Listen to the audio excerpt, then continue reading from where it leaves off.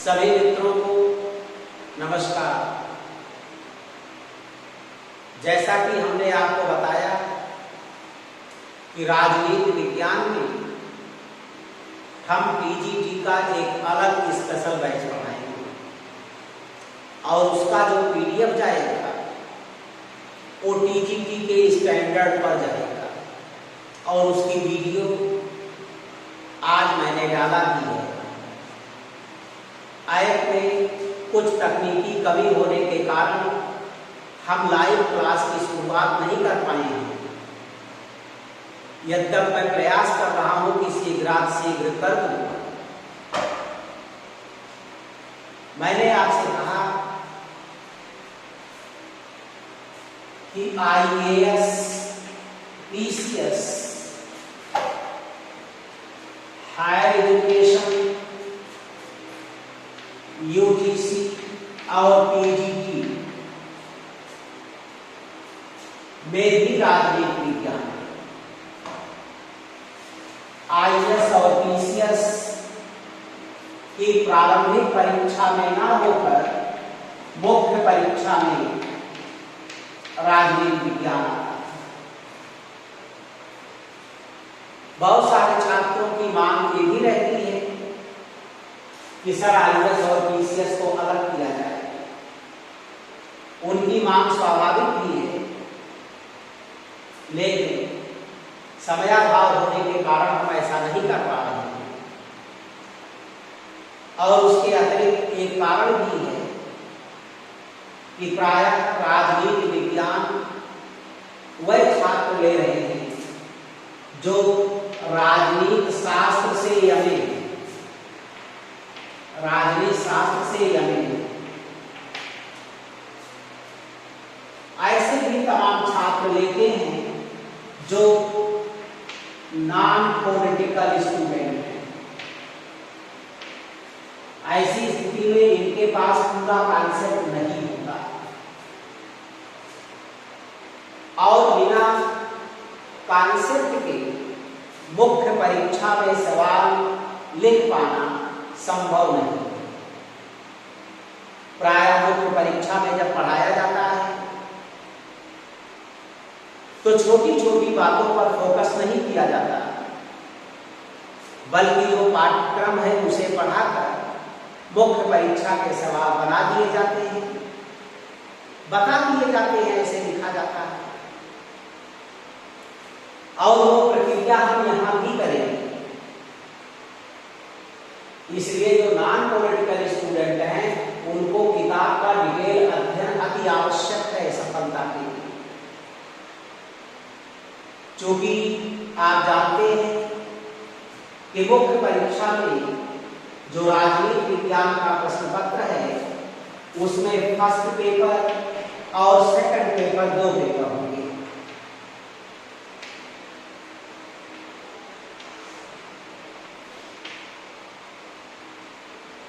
और यूपीएससी में 250 अंक और 250 अंक के होंगे, जबकि राज्य स्तरीय परीक्षा में इसे 200 अंक के रखा गया। ऐसे में आपको पता है कि 4 प्रश्न और हर पेपर में 2 खंड है, खंड का और खंड का। तो 4 प्रश्न पहले खंड से पूछे जा रहे हैं और 4 प्रश्न दूसरे खंड से पूछे जा रहे हैं। और जो पहला खंड है और जो दूसरा खंड है इसमें पहला और 5वां क्वेश्चन टिप्पणी के रूप में पूछा जा रहा है। और टिप्पणी में 3 टिप्पणी है, कभी कभी 4 आ जाती है, 3 करना है, कभी 3 आ जाती है, तीनों करना है, कभी 2 ही आ जाती है, दोनों करना है। और ये अलग अलग स्थानों से होता है। इसलिए जब तक राजनीति विज्ञान का पूरा कॉन्सेप्ट नहीं होता इस टिप्पणी को हम नहीं कर पाते। और साथ साथ जब हम इस परीक्षा के लिए पढ़ाते हैं तो उसमें भी हम डिटेल ही पढ़ाते हैं। यद्यपि यहाँ मल्टीपल क्वेश्चन आते हैं, डिस्क्रिप्टिव प्रश्न नहीं होते, लेकिन मल्टीपल क्वेश्चन जो यहाँ आते हैं वो कॉन्सेप्चुअल होते हैं, अवधारणात्मक प्रश्न होते हैं, बोधात्मक प्रश्न होते हैं, इसलिए उसके लिए भी कॉन्सेप्ट का विकास आवश्यक होता है। इसलिए इसे भी हम डिटेल पढ़ाते हैं। ऐसा नहीं है कि हमको स्टेटमेंट बताना है तो राज्य व्यक्ति का बृहद रूप है, ऐसा कह करके हम चुप हो गए कि ये प्लेटो का कथन है, ये परीक्षा में आएगा। राज्य व्यक्ति के पूर्व है, ये अरस्तु का कथन है, परीक्षा में आएगा नहीं। राज्य व्यक्ति का बृहद रूप है, इसका भी हम डिटेल वर्णन करते हैं और इसका जो डिटेल वर्णन है वही यहाँ की टिप्पणी या सवाल बन जाता है। इसलिए हमने तय किया है कि जो भी जिन्हें उचित लगे, कोई आवश्यक नहीं है कि आप अभी से पढ़ें या इसके साथ ही पढ़ें। अगर लगता है कि आपकी बेहतरी और कहीं हो सकती है तो आप इसको आप कहीं अलग भी पढ़ सकते हैं, लेकिन मुझे जो महसूस होता है उसके आधार पर मैं किसी के साथ इसे पढ़ाऊंगा। और यहाँ तक कि इन तीनों का जो पाठ्यक्रम है वो इससे भी ज्यादा है, इसलिए इसके सारे पाठ्यक्रम इसमें समाहित हैं। और जो यह राजनीति शास्त्र से वो प्रायः एक परीक्षा देकर चुप नहीं हो जाते, वो सभी प्रकार की परीक्षाओं में बैठते हैं, इसलिए उनको राजनीति विज्ञान का संपूर्ण ज्ञान होना आवश्यक है। इसलिए यह बैच अलग से चलेगा और इसकी फीस मात्र ऑनलाइन में कोविड-19 को देखते हुए पहले बैच में 7,000 रखी गई है, यानी ऑफलाइन का 50%। आप गूगल पेमेंट 9415644402 पर कर सकते हैं या हमारे ऐप में अकाउंट नंबर है उसमें आप पेमेंट कर सकते हैं। आप लिख देंगे, अपना नाम लिखेंगे, साथ साथ आप किसके लिए पढ़ना चाहते हैं उसको लिखेंगे और उसके अतिरिक्त आप अपना क्वालिफिकेशन लिखेंगे कि आप एमएससी हैं, एमटेक हैं, आप बीएससी हैं, आप एमकॉम हैं, आप बीकॉम हैं और आईएएस पीसीएस के लिए पढ़ना चाहते हैं, ताकि हम आपको उसी स्तर पर ध्यान दे सकें। और साथ साथ अगर इसके मैक्सिमम लोग होते हैं, कुछ निश्चित संख्या हो जाती है, तो हम हर संडे को जो पढ़ाए रहेंगे उस पर मुख्य परीक्षा में सवाल कैसे करेंगे इसका सलूशन बताएंगे, सवाल बताएंगे और साथ साथ जो पीडीएफ आपको उपलब्ध होगा वह पीडीएफ पूरे का एक साथ उपलब्ध होगा। उसमें मुख्य परीक्षा के भी संभावित प्रश्न और उसकी फ्रेमिंग होगी। आप जानते हैं कि आईएएस और पीसीएस की प्रारंभिक परीक्षा में जब से सब्जेक्ट समाप्त हुआ है तब से अब राजनीति विज्ञान के प्रश्न बहुत सरल स्तर पर इसमें नहीं आते। एक समय था कि यूजीसी की परीक्षा में भी डिस्क्रिप्टिव प्रश्न आते थे, वहां भी प्रश्नों का उत्तर देना पड़ता था, लेकिन अब यूजीसी को भी मल्टीपुल बनाया गया है, जिसमें प्रथम प्रश्न पत्र और द्वितीय प्रश्न पत्र होता है और प्रथम प्रश्न पत्र क्वालिफाइंग है और इसी के आधार पर अगर आप ज़्यादा नंबर पाते हैं, श्रेणी में आते हैं, तो आपको जेआरएफ मिलता है। अगर आप कम नंबर पाते हैं तो आपको नेट मिलेगी और इसी आधार पर आप पीएचडी करते हैं। यूनिवर्सिटी में पीएचडी के लिए आपका एनरोलमेंट होता है।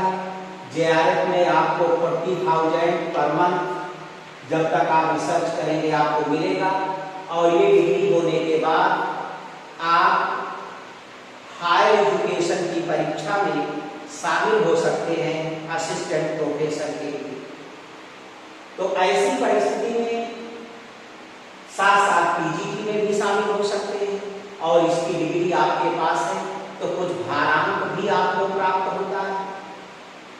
और आज के बेरोजगारी के दौर में आप देख रहे हैं कि छोटी छोटी परीक्षाओं में कैसे बड़े बड़े स्तर के लोग बैठ रहे हैं, उसमें भी क्वालिफाई करना मुश्किल हो गया है।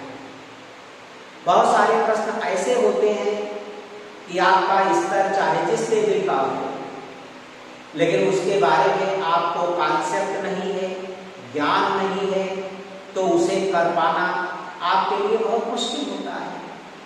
और अब तो आप देख रहे हैं कि जीआईसी में जो पीजीटी होती है या जो हायर एजुकेशन होता है, उसमें कुछ प्रश्न जीएस के भी रखे जाते हैं, यानी हर विषय के जीके का यानी जीएस का भी कुछ ज्ञान आवश्यक होता है।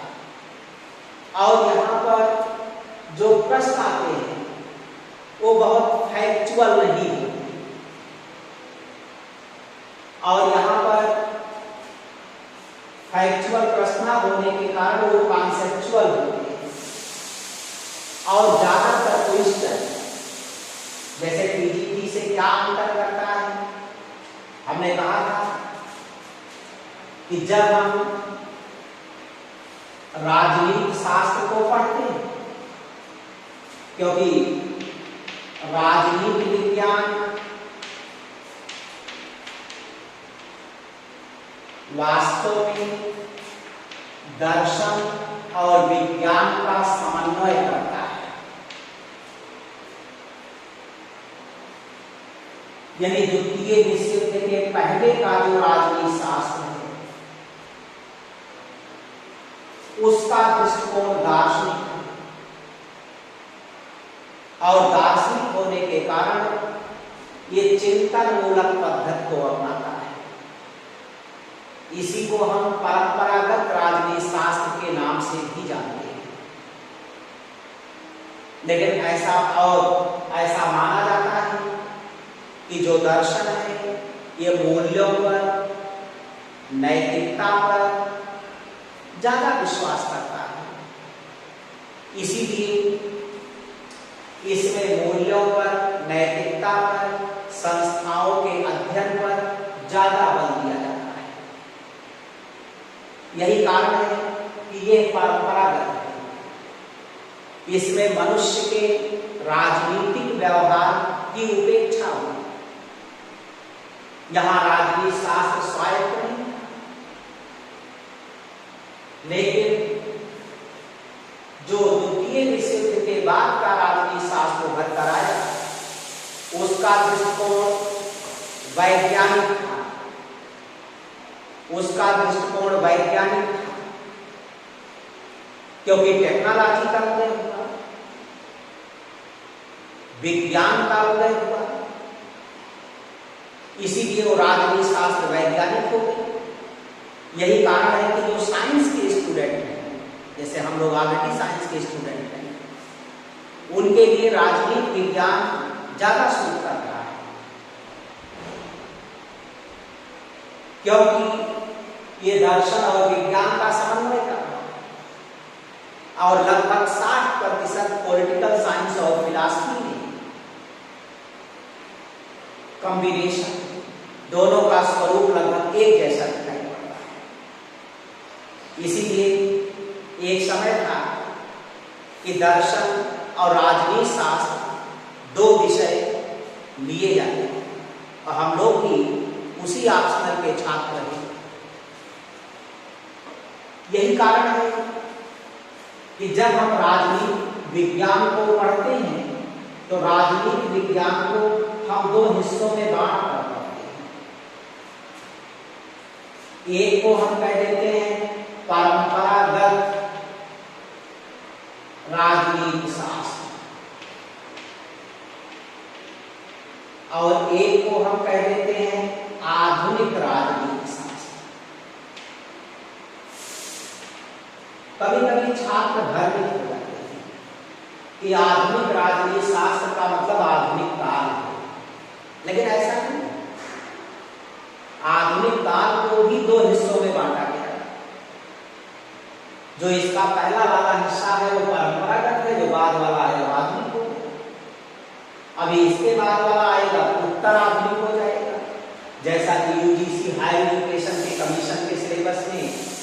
उत्तर आधुनिक से भी प्रश्न पूछे जाते हैं। अब अगर एक प्रकार से देखा जाए तो 19वीं शताब्दी तक यानी विशेष रूप से 16वीं माना जाता है, कुछ लोग अरस्तु के काल से मान लेते हैं, 16वीं से 19वीं शताब्दी तक, और इसे देखा जाए कि ये 20वीं शताब्दी की राजनीति है। शुरुआत तो प्रथम विश्व युद्ध के बाद ही हो गई, लेकिन ये अस्तित्व में पूर्ण रूप से द्वितीय विश्व युद्ध के बाद आया है। और यहां पर अगर राजनीति शास्त्र को देखा जाए तो ये संस्थाओं के अध्ययन पर बल दे रहा है, ये मूल्यों के अध्ययन पर बल दे रहा है। यहां पर राजनीति शास्त्र स्वायत्त नहीं है। स्वायत्त ना होने का मतलब अपनी सामग्री के लिए बहुत कुछ इतिहास, इतिहास, दर्शन शास्त्र और अन्य विषयों पर आश्रित है। अगर यहां पर देखा जाए तो यहां पर तथ्यों की उपेक्षा हुई, यानी मनुष्यों के व्यवहार को नहीं समझा गया।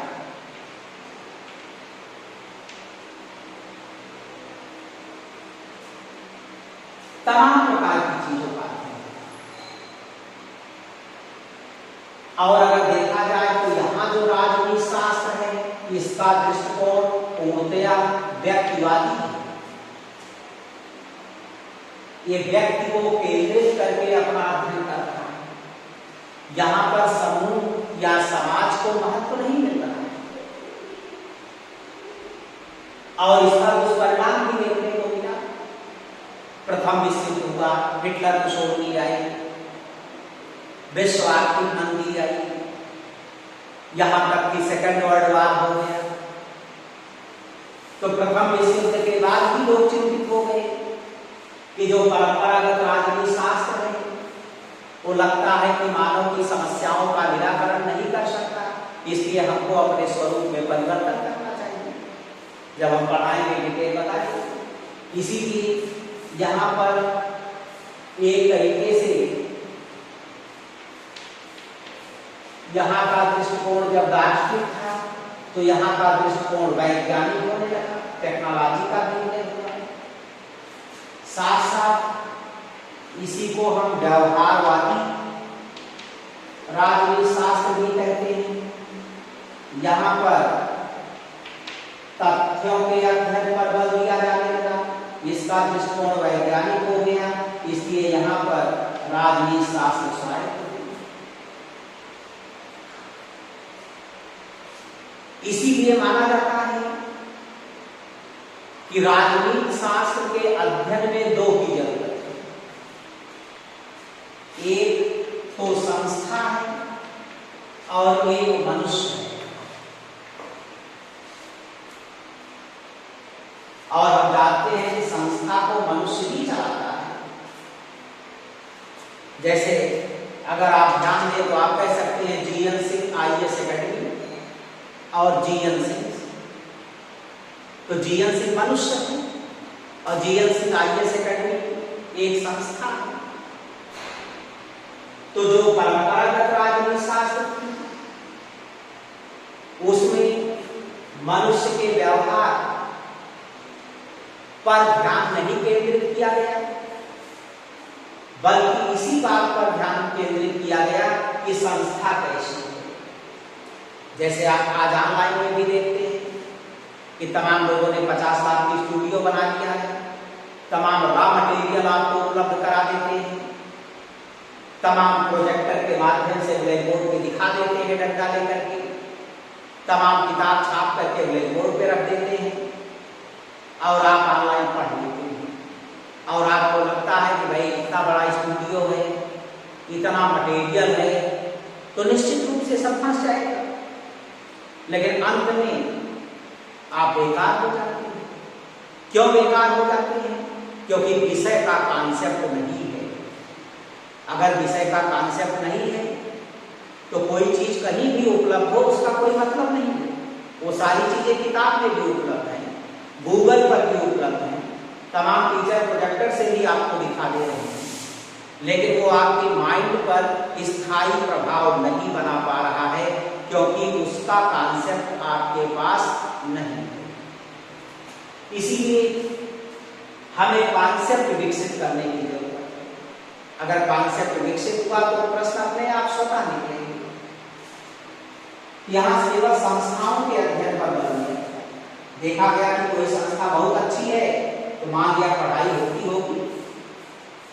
और जब मनुष्य के व्यवहार का अध्ययन किए बिना केवल संस्थाओं के अध्ययन को ध्यान में रखकर हम किसी विषय के बारे में या किसी चीज के बारे में निर्णय लेते हैं तो उसी को कहा जाता है कि हमारा दृष्टिकोण आदर्शवादी है। लेकिन जब उस संस्था को चलाने वाले मनुष्य के व्यवहार को ध्यान में रखकर संस्था के बारे में निर्णय लिया जाता है तब माना जाता है कि हमारा दृष्टिकोण वैज्ञानिक है। अब ये जीएन सिंह आईएएस अकेडमी है, ये जीएन सिंह, अब जीएन सिंह आईएएस अकेडमी तो अमूर्त है और जीएन सिंह उसके मूर्त रूप है। अगर ये अच्छे होंगे तो ये अच्छी होगी, ये बुरे होंगे तो ये बुरे होंगे। संस्था है संसद, मनुष्य है सांसद, तो संसद नहीं अच्छी होगी, सांसद अच्छे होंगे। घर भी एक संस्था है, उसमें मनुष्य रहते हैं तो घर नहीं अच्छा होगा, उसमें रहने वाले मनुष्यों के व्यवहार से ही घर का स्वरूप तय होता है।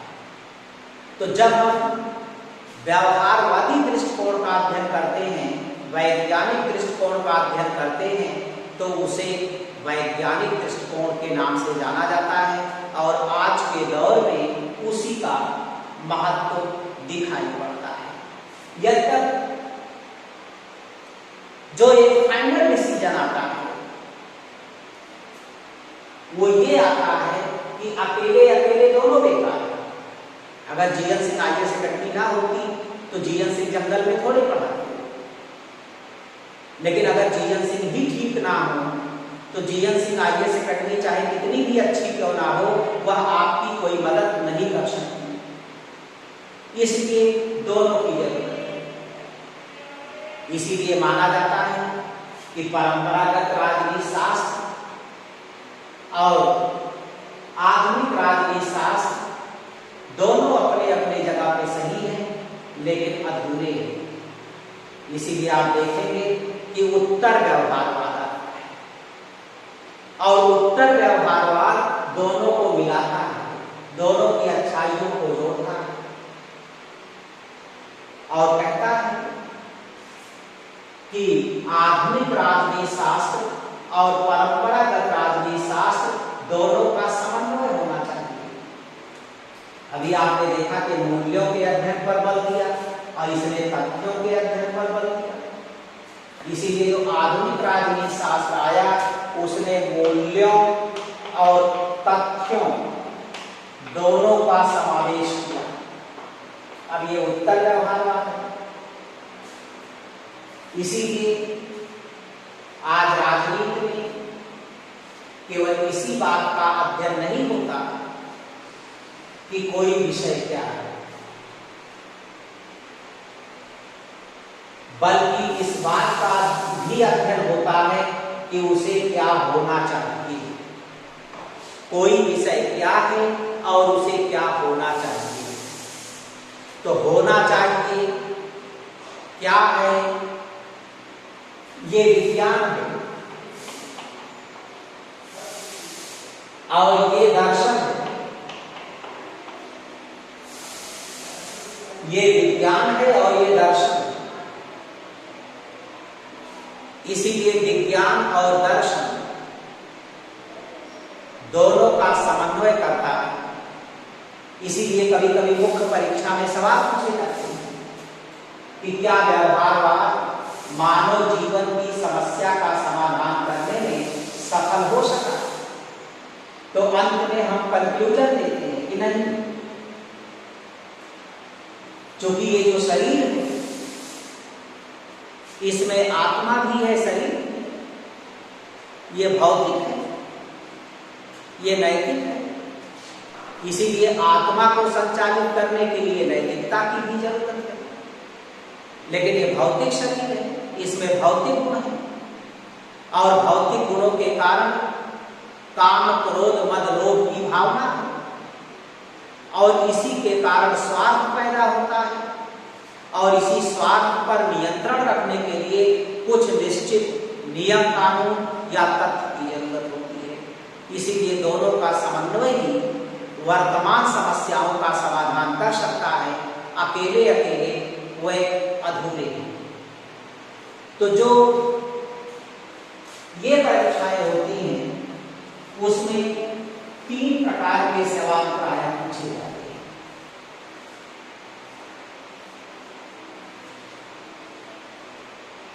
कुछ सवाल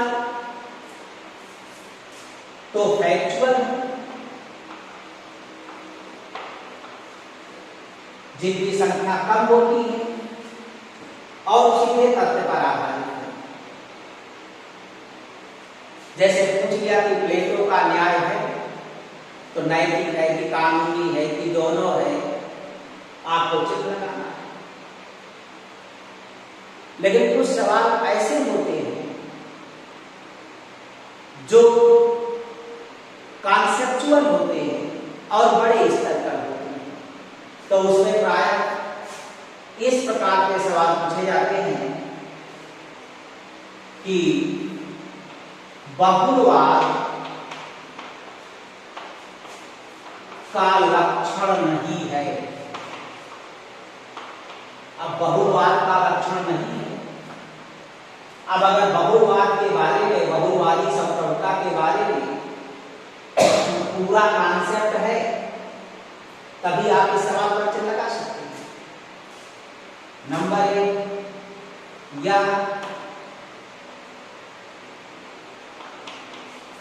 नंबर 1,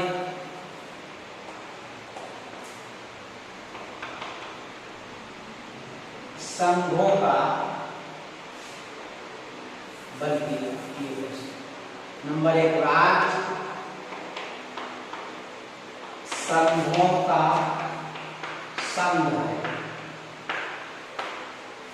नंबर 2, सत्ता के विकेंद्रीकरण में विश्वास। नंबर 3, संघों में समन्वय व सामंजस्य स्थापित करने के लिए राज्य की श्रेष्ठता।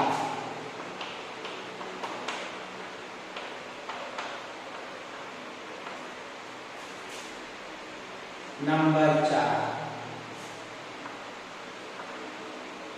एकात्मक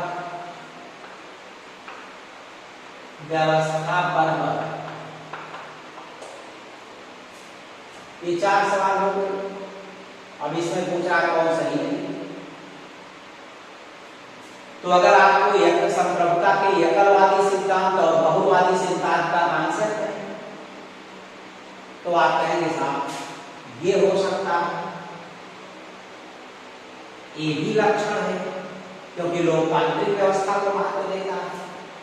ये भी सही है कि राज्य भी एक संघ है लेकिन सभी संघों में श्रेष्ठ है क्योंकि वह संघों के बीच लड़ाई झगड़े निपटाता है, समन्वय व सामंजस्य स्थापित करता है।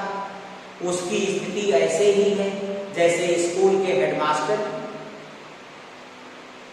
तो एक प्रकार से संघ मास्टर है तो वहां पर राज्य हेडमास्टर है और headmaster is also master but he is head of master. तो हेडमास्टर इसलिए बनाया गया है कि मास्टरों के बीच सामंजस्य स्थापित करे ताकि स्कूल की व्यवस्था को सुचारू रूप से चलाया जा सके। और साथ साथ यहां पर थ्योरी में कुछ सिलेबस ऐसे हैं जो कि करंट से जुड़े हुए हैं और वे प्रायः द्वितीय विश्व युद्ध के बाद के, और द्वितीय विश्व युद्ध के बाद के होने के कारण उनमें थोड़ी सी कठिनाई भी है। यही कारण है कि यूजीसी और हायर एजुकेशन में जो मल्टीपल क्वेश्चन भी पूछे जाते हैं उनमें आपको किताब में सीधे ना मिले। हो सकता है जो मैं पढ़ाऊं वो भी सीधे ना मिले, वो कॉन्सेप्ट बेस्ड होते हैं। ये तय नहीं किया जा सकता है कि इसमें क्या हो सकता है, लेकिन सही आप तभी कर पाते हैं जब उसके बारे में पूर्णतः आपको ज्ञान होता है। जैसे कि आप देखते हैं कि तमाम थिंकर्स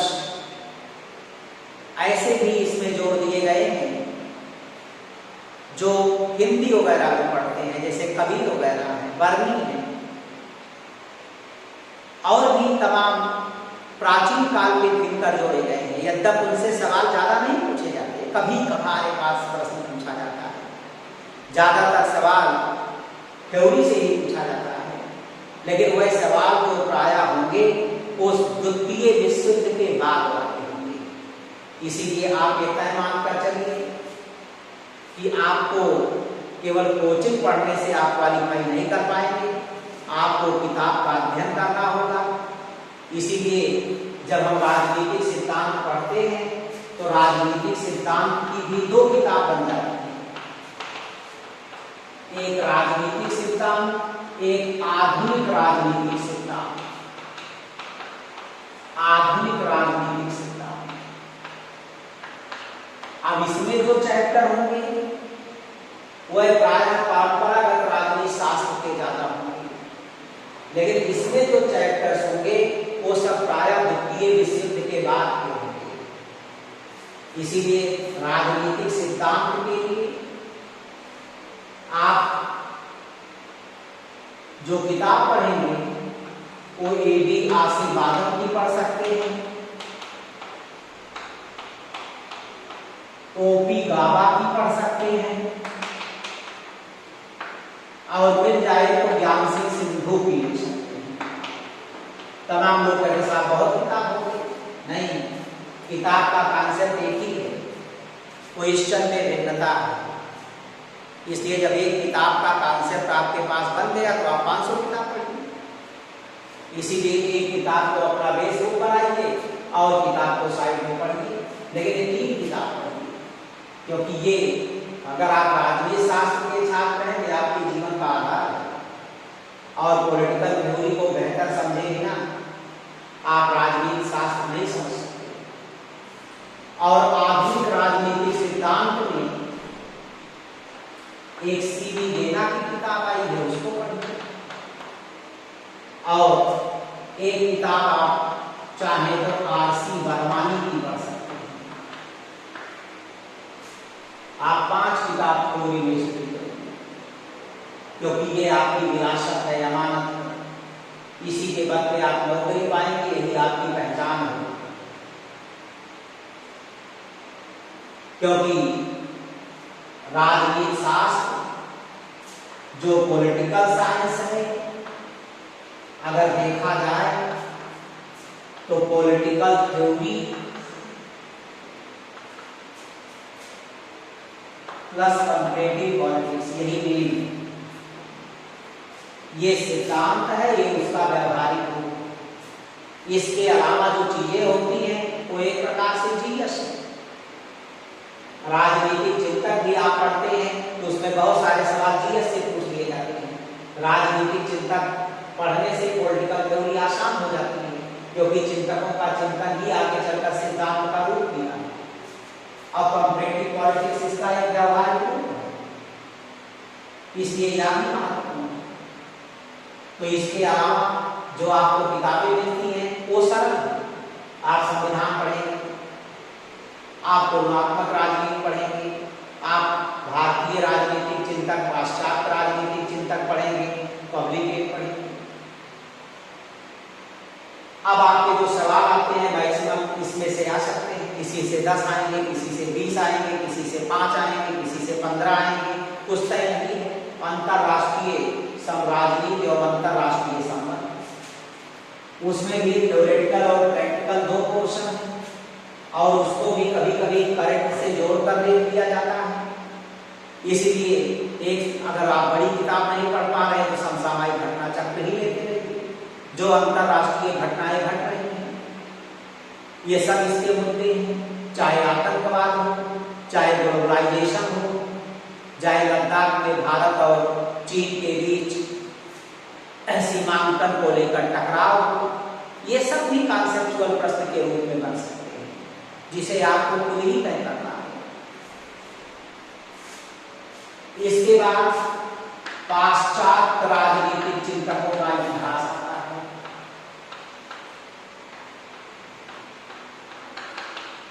जो पाश्चात्य राजनीतिक चिंतकों का इतिहास आएगा, इसमें हम आपको 2 किताब रेकमेंड कर रहे हैं। एक आप सीएल वेपर की किताब पढ़िए। सीएल वेपर एक पतली किताब है, अंग्रेजी को हिंदी में अनुवाद किया गया है, उससे काम चल जाएगा। और दूसरी किताब आप जो है पीडी शर्मा की पढ़ लीजिए, पाश्चात्य राजनीतिक चिंतकों का काम चल जाएगा। शेष जब टीचर पढ़ाता है तो तमाम किताबों का संग्रह होता है, आपको बताएगा। पीडीएफ पे आपके क्वेश्चन भी जा सकते हैं जो इम्पोर्टेंट है। और भारतीय राजनीतिक चिंतक का इतिहास, तो भारतीय राजनीतिक चिंतक अगर आप देखें तो आप पुखराज जैन की किताब पढ़ सकते हैं। ठीक किताब है, कुछ चिंतक आपको नहीं मिलेंगे। अगमन सुक्ता, कबीर, ये सब भी रख दिए गए हैं। तो इससे संबंधित जो महत्वपूर्ण चीजें होंगी वो आपको पढ़ाई जाएंगी और उपलब्ध कराई जाएंगी, मिल जाएगा। पॉलिटिकल थ्योरी में बहुत सारे ऐसे लोग हैं जो चिंतक के रूप में हैं, जैसे अब तो हन्ना आरेंट, ग्रामसी आदि को रख दिया गया है, लेकिन अभी भी वो कोई चिंतक के रूप में प्रसिद्ध नहीं है। वो सब सेकंड वर्ल्ड वॉर के बाद अपनी बातें कही हैं। इसलिए जो पॉलिटिकल थ्योरी में उनके बारे में हम पढ़ते हैं, फ्रांज फाइनन है, वही परीक्षा के लिए उपयोगी है। उसके लिए अलग से थिंकर खोजने की आपको आवश्यकता नहीं। जैसे ग्रामसी है तो ग्रामसी के अधिसंरचना का सिद्धांत प्रसिद्ध है। अगर ग्रामसी के सुपर स्ट्रक्चर का सिद्धांत आप पढ़ लेते हैं तो आपका काम चल गया। उसी को चाहे आप थ्योरी मानिए चाहे थिंकर मानिए। अगर आप हन्ना आरेंट पढ़ते हैं, उनके स्वतंत्रता का विश्लेषण आपने कर लिया तो वही थिंकर भी है, वही थ्योरी भी है। तो 2 किताबें अभी तक मैंने आपको बताया, आधुनिक राजनीतिक सिद्धांत, राजनीतिक सिद्धांत, इसी पे आपको ज्यादा मशक्कत करना है। और ईश्वर ने चाहा तो हम पहले इसी किताब को पढ़ेंगे। तीसरी किताब हम देखें तो तीसरी किताब आपके पास आएगी तुलनात्मक राजनीति विज्ञान एवं शास्त्र। तुलनात्मक यानी तुलनात्मक राजनीति एवं शास्त्र। इसमें आप सीवी गेना की किताब पढ़ सकते हैं। और अगर एक मार्केट में किताब टीच योरसेल्फ आती है, अगर मिल जाए तो एक बार आप इसकी स्टडी कर सकते हैं। इसमें द्वितीय विश्व युद्ध के बाद राजनीतिक संस्कृति, राजनीतिक आधुनिकीकरण, राजनीतिक सामाजिकरण, राजनीतिक विकास, विशिष्ट वर्ग आदि भी रखे गए हैं, जो आपके हमने बताया है कि आधुनिक राजनीति विज्ञान सीवी गेना की किताब में बेहतर मिल जाएगा। इसके बाद आप संविधान पढ़ते हैं।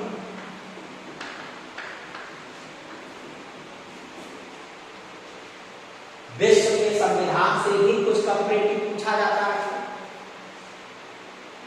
जिसमें चीन है, ब्रिटेन है, अमेरिका है, फ्रांस है, जर्मनी है, स्विट्जरलैंड है, तो जब हम संविधान पढ़ते हैं तो कंपेयरिंग करके पढ़ते हैं और अतिरिक्त उससे संबंधित जो कुछ मैटर होंगे वो आपको मिलते रहेंगे। अलग से किताब खरीदने की कोई आवश्यकता नहीं है कि अब आप चीन के संविधान ही पूरा पढ़ने लगे तो आप शायद कंफ्यूज हो जाएंगे। हाँ, पुखराज जैन की किताब आती है विश्व के प्रमुख संविधान की, आप चाहे तो अध्ययन कर सकते हैं, आपके ऊपर निर्भर है। इसके बाद अंतरराष्ट्रीय राजनीति एवं संबंध होता है और इसमें बीएल कड़िया की किताब एक मोटी सी आती है, उसको लेकर के आप अध्ययन कर लेंगे। कोई भी किताब पढ़ेंगे जो आईआर का पोर्शन है उसमें प्रायः करंट पूछा जाता है और जिस साल आप परीक्षा दे रहे हैं एक साल के पहले की अवधारणा उससे संबंधित होगी, चाहे गुटनिरपेक्ष आंदोलन के बारे में हो, चाहे साथ के आसियान, आफ्टा, नाफ्टा, साफ्टा, आतंकवाद के बारे में, वैश्वीकरण के बारे में, ये सब तमाम प्रकार के क्वेश्चन हैं जो करंट से रिलेटेड होते हैं और आपको करंट के रूप में मिलते रहते हैं। और लोक प्रशासन भी आता है, तो अगर आप किताब खरीदना ही चाहते हैं तो लोक प्रशासन की अवस्थी एंड अवस्थी की किताब खरीद लें। वैसे हम आपको पढ़ाएंगे लेकिन ये आप आशा ना करिए कि लोक प्रशासन को एक विषय के रूप में हम पढ़ाएंगे। 7-8 सवाल इससे आते हैं और हम उन चीजों को ध्यान में रखकर पढ़ाएंगे। सवाल फंस जाए यद्यप फंसाने की कोई गारंटी ले नहीं सकता है। कॉन्सेप्ट बताया जाता है, उससे संबंधित सवाल आते हैं, अगर आप काबिल हैं तो आप उसको हल कर लेंगे, आप काबिल नहीं हैं तो उंगली पकड़कर हम आपको नौकरी नहीं दिला सकते।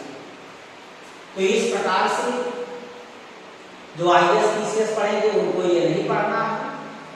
एक बार मैंने वीडियो बनाया था तो उसमें बताया भी था कि आईएएस पीसीएस में अंतरराष्ट्रीय राजनीति एक सेकंड पेपर के रूप में बनता है। अगर यूपीएससी है तो तुलनात्मक राजनीति को भी रख दिया जाता है।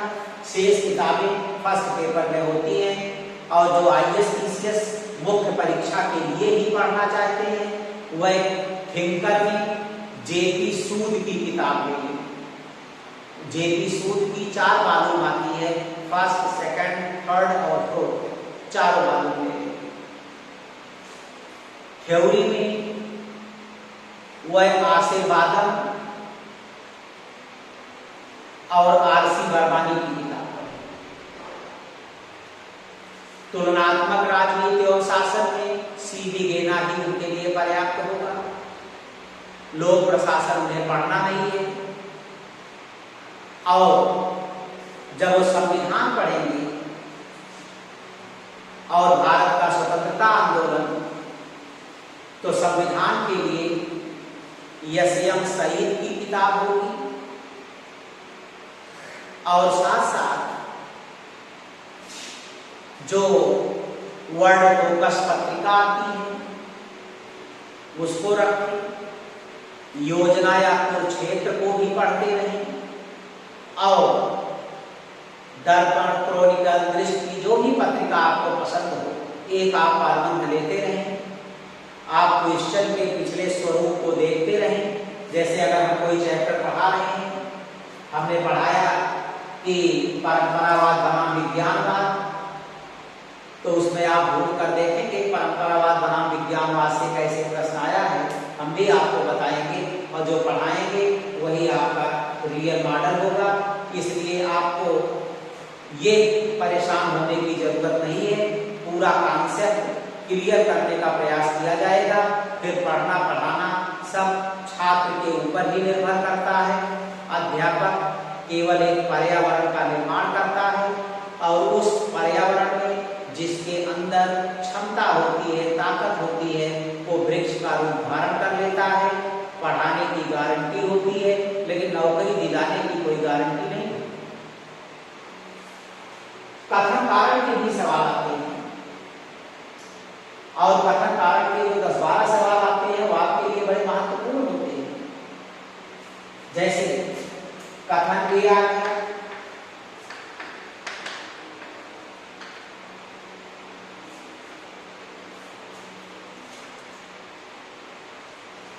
कि निर्णय सिद्धांत,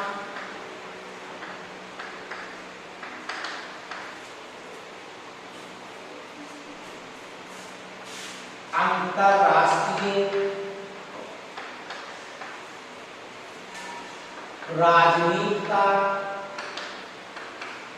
एक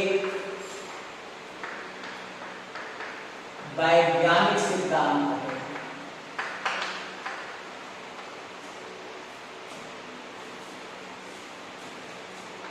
कारण आ गया, यह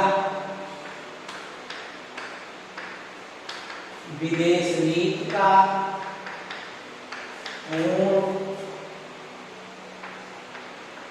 अध्ययन के लिए उपयोगी है।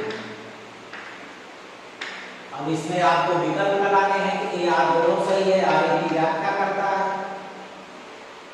ए आर दोनों सही है, आर की व्याख्या नहीं करता, ए आर दोनों सही है, ए सही है, आर गलत है, ये गलत है, आर सही है। तो आपको पहले पढ़ना पड़ता है। ये सही है कि वैज्ञानिक सिद्धांत है, अंतरराष्ट्रीय राजनीति के कतिपय आंशिक सिद्धांत। अगर यहां लिखा होता पूर्ण वैज्ञानिक सिद्धांत है, गलत हो जाता, लेकिन वैज्ञानिक सिद्धांत लिखा है तो कुछ हद तक सही है, इसलिए ये सही है। लेकिन पूर्ण अध्ययन के लिए उपयोगी है। तो सोशल साइंस में कोई ऐसा सिद्धांत नहीं बना है जो किसी चीज का परफेक्ट नेचुरल साइंस की तरह अध्ययन कर ले, इसलिए गलत है। अब जैसे मान लीजिए कथन ए बन गया,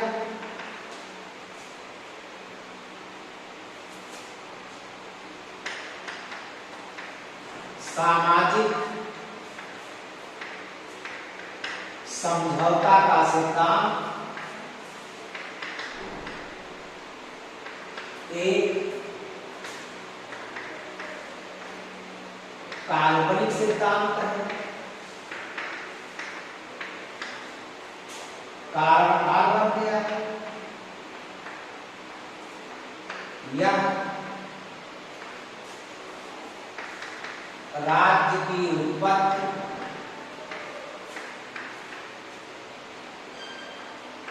की कोई निश्चित तिथि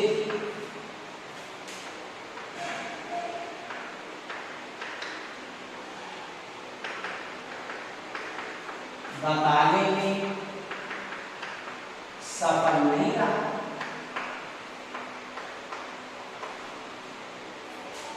तो काल्पनिक सिद्धांत है, अनैतिहासिक। इतिहास में इसके बारे में कोई अभिलेख नहीं है, तो जब कोई चीज काल्पनिक हो गया तो अनैतिहासिक हो गया। और जो इतिहास है वो एक निश्चित तिथि को व्यक्त करता है, तो ये दोनों सही है और व्याख्या भी करता है। तो इस तरह से तमाम प्रकार के प्रश्न इन परीक्षाओं में पूछे जाएंगे जो टीजीटी से भिन्न होंगे, इसलिए मैंने उसको अलग कर दिया है। इसमें हम प्रयास करेंगे आपके साथ न्याय कर सकें। और जैसा कि मैंने कहा कि तकनीकी कमी होने के कारण अभी हम आयत पर नहीं आ पा रहे हैं। अब 2-4 दिन में संभावना है कि हो जाएगा। धन्यवाद।